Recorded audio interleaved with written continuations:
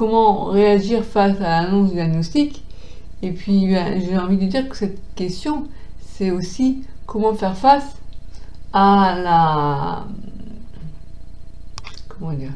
Il n'y a pas d'annonce officielle où on vous dit ta maladie elle s'aggrave. On le voit, on le constate, parce que on se rend compte que quand on a une poussée, on se rend compte parce que notre état, on va pas bien, hein, pour différentes raisons, selon la localisation de la poussée.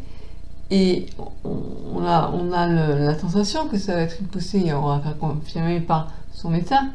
Mais là, dans le cadre d'une CEP secondaire progressive, je peux pas parler de ce que je connais pas, donc d'emblée progressive je connais pas, mais j'imagine que c'est pareil finalement. Sauf que moi j'ai connu une période où j'ai connu ce que c'était qu'une poussée, et maintenant, finalement, on le ressent comme si c'était une poussée, sauf qu'on sait que là, ça va aller en s'aggravant, et il n'y a pas de rémission, de retour avant. Donc, en fait, de compte, on n'a plus besoin de cortisone, par contre. Soit on vous met sous un traitement de type immunosuppresseur, ce que j'ai refusé parce que vu mon état de maigreur, je me suis dit, si je chope n'importe quel virus, il s'est trouvé qu'il y a eu le Covid qui passait par là, donc je pense que j'ai bien fait. Mais d'un côté, la maladie, elle s'aggrave. Donc soit on vous met un immunosuppresseur, soit on ne vous propose rien. Moi, j'ai demandé à continuer la Copaxone, puisque c'est ce qui me réussissait pour les poussées, et en sachant qu'il peut y avoir quand même, en plus, des poussées qui se surajoutent. Voilà, alors comment on fait face? Eh bien, au constat que son état s'aggrave. Moi, je me rends compte, déjà depuis quelques temps, quelques mois, que en fait, je sais pas comment dire ça, il y a des fois où c'est par un coup. J'ai l'impression que pendant 2 jours, ça va pas être bien du tout. Après, ça va aller mieux. Puis après, et on arrive comme ça à baisser, et puis à un moment donné, là, je me dis, mais il y a hâte que je parte d'ici parce que je puisse me déplacer en fauteuil. Parce que là, ça devient chaud quand même. Je me tiens de plus en plus souvent au mur. Il y a des fois où mon genou, même le droit, peut me lâcher. Et il se trouve qu'autour de moi, j'ai l'impression qu'il y a peu de gens qui se rendent compte. Et quand j'en parle à Jaïla, qui est une de mes 2 aides de vie, elle trouve que ça va quand même encore. Je suis sûre que si tu compares à quelqu'un qui est tétraplégique, bien sûr que ça va bien. Mais par rapport à avant, il y a, je sais pas moi, 3 ans, par exemple, mon neurologue, ça fait 3 ans qu'il ne me voit pas. Là, je vais le voir dans 15 jours, je pense que il va constater que mon état ne va pas en s'améliorant. Et il se trouve que le soir, c'est encore plus, avec la fatigue, c'est encore pire. Donc j'ai de plus en plus de fatigabilité musculaire au niveau des jambes.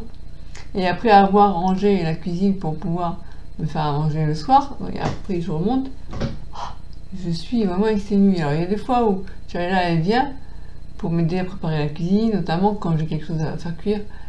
Mais bon, et j'essaie de lui faire comprendre que j'ai de plus en plus besoin d'aide, mais c'est pas, comment dire, c'est compliqué parce que en soi on se dit, en fait, la situation elle est différente, elle serait différente si j'étais pas seule. De vivre seule, il n'y a personne. Si vous êtes dans la merde, il n'y a personne pour vous aider à si je tombe, j'ai intérêt à avoir toujours un téléphone sur moi, au cas où, il faut appeler les urgences, ou il faut appeler la famille, ou la famille, ce qu'il reste, quoi, pour être aidé. Et ça, c'est difficile.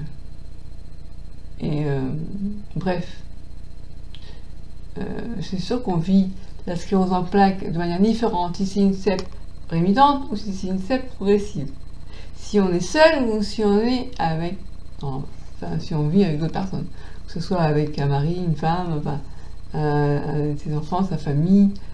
Maintenant, ceci dit, je dis ça, mais il y a aussi des cas où la personne a beau ne pas être seule. Si les personnes à côté, dans son entourage, ne la comprennent pas, notamment, je pense, par rapport à la fatigue, ça peut être compliqué. Bon, moi, il se trouve que mes problèmes se voient. Hein. C'est-à-dire que là, maintenant, on voit quand je marche mal, ça se voit. La fatigue, c'est quelque chose d'autre, de plus compliqué. Comme les problèmes urinaires. Par exemple, là, Donc après avoir rangé en bas, préparé à manger et me dire bon là je peux monter, faire une pause, eh bien j'arrive, je m'assois ici difficilement, j'arrive difficilement parce que je me tiens comme je dis au mur, et puis là, pipi, et du coup ça nous oblige à chaque fois à anticiper, parce que si j'avais, comment dire, je savais, parce qu'en fait j'avais envie de faire pipi déjà, et j'aurais dû dire bon, quand tu montes, pense à faire pipi, Christelle, avant d'aller là. J'y ai pas pensé. Et là, par exemple, ce matin, Jaïla, elle a secoué mon tapis de lit, donc là où je me pose des pieds, elle a laissé dehors. Et j'ai dit, mince, comment je vais faire pour aller récupérer? Qu'est-ce que je fais? Alors, j'ai posé une serviette par terre en attendant de pouvoir aller chercher le tapis.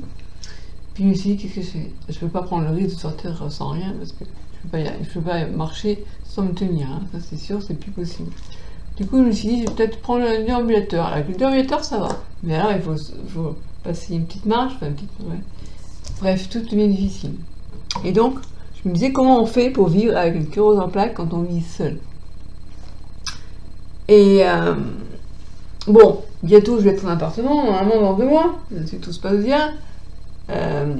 Là, quand j'ai faim, par exemple, ben, soit il faut que je mette à manger à côté de moi parce que j'essaie de prendre du poids et donc j'ai un nouveau régime et puis de toute façon maintenant je réponds à la faim, dès que j'ai faim je mange même un petit peu, donc il faut que j'ai de quoi picorer un peu partout, c'est compliqué. Maintenant ça va parce qu'il n'y a plus trop les fourmis, mais à une époque et donc sinon pour pouvoir manger il faut que je descende avec mon escalier, il faut 1 minute, il faut descendre et donc 1 minute pour remonter. Et quand je serai dans un appartement, et ben voilà, déjà peut-être que je pourrais circuler en fauteuil volant et en plus j'aurai la cuisine pas loin, vous n'avez pas besoin d'aller prendre un monte escalier pour y accéder. Et comment on fait quand on vit seul? Il faut toujours avoir un téléphone sur soi, c'est important.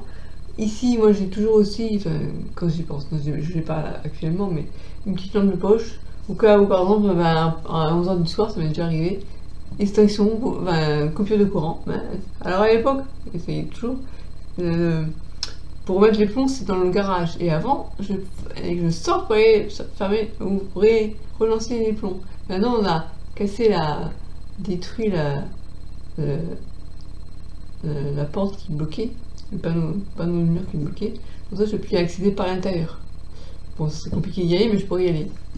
Voilà, que je ne sois pas obligée en pleine nuit ou en plein hiver de devoir sortir pour aller remettre le courant. Vous voyez? Voilà, donc quand on est seul, ce genre de choses, il faut y penser. C'est vrai que je me dis, croisons les doigts, pas de Covid, pas de gastro, pas de virus, quel qu'il soit, et encore moins tant que je suis ici, parce que là, si j'ai la fièvre, je ne peux plus du tout marcher, quoi, j'ai plus de force du tout. Comment je fais pour bouger ici? C'est...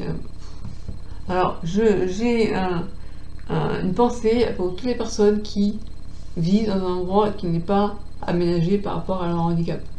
Parce que c'est ça la question dont on parle. Hein. C'est ça qui est dur. Déjà, c'est dur de vivre avec la sclérose en plaques, de vivre seul avec la sclérose en plaques, ou de vivre mal accompagné, on va dire, aussi. Parce que c'est dur de vivre seul, mais ça doit être dur aussi de vivre mal accompagné. Donc en plus, quand on a un lieu de vie qui n'est pas aménagé par rapport à son handicap, ou qu'on n'a pas d'argent, parce que le handicap ça coûte cher, hein, faut le dire franchement. Si tu veux avoir, bon, un déambulateur ça ne se rembourse pas à la sécu, mais en fauteuil roulant digne de ce nom, il faut y mettre un petit peu d'argent. Tout devient tout. Pour les aides de vie, moi je suis désolée, mais il y a la PCH qui existe, mais déjà quand ils réévaluent nos besoins, moi la fois qu'ils sont venus pour réévaluer mes besoins, ils voulaient me scruncher une demi-heure. C'est pas pour ça que je les ai fait venir, sinon j'aurais... donc ils se rendent pas compte de comment... Enfin...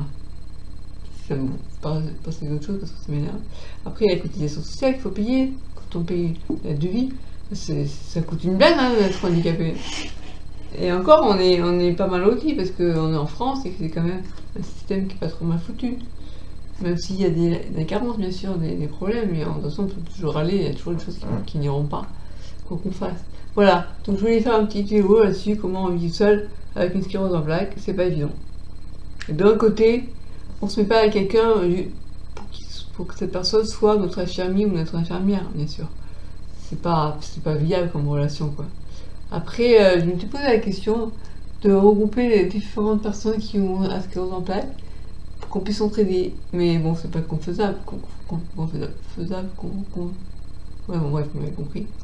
Mais c'était une idée, je me suis dit, tiens, il y a bien des maisons pour seniors, voilà, des maisons pour sépiens. Je sais pas si ça pourrait fonctionner. Où il y en a qui vont aller bien quand les autres vont pas bien, et inversement, et pouvoir s'entraider. Je sais pas si ce serait faisable. Bah voilà, donc bon, bah, la prochaine vidéo, je parlerai de comment savoir si j'ai la CEP. Et après, d'autres vidéos, ce sera comment savoir si c'est une poussée, comment réagir face à un autre diagnostic, comment en parler, comment se projeter dans l'avenir, comment accepter les fauteuils roulants, comment séduire, draguer avec la sclérose en plaques, comment vivre seul avec la sclérose en plaques sans risque. Et voilà, ça, je viens d'y répondre. Voilà, allez, n'oubliez pas de liker la vidéo pour me soutenir et abonnez-vous. À bientôt. Et n'hésitez pas, si vous avez des sujets, eh bien, partagez-les moi.